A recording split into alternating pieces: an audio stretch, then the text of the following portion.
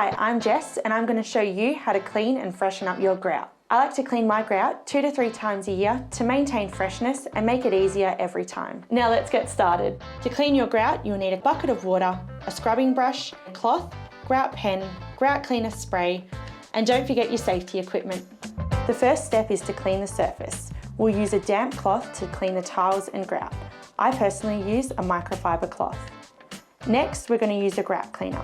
Make sure you pop on a ventilation mask, eye protection, and rubber gloves before you spray the grout cleaner.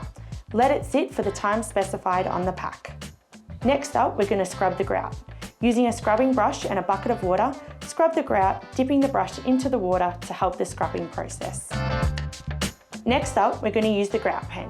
Make sure you give it a good shake before using. With the pen, follow the line of the grout to go over all the lines in between the tiles. Clean your tiles regularly with the tile grout cleaner to maintain your tiles and avoid the buildup of dirt and soap scum. This is a really efficient way to keep your bathroom clean all year round.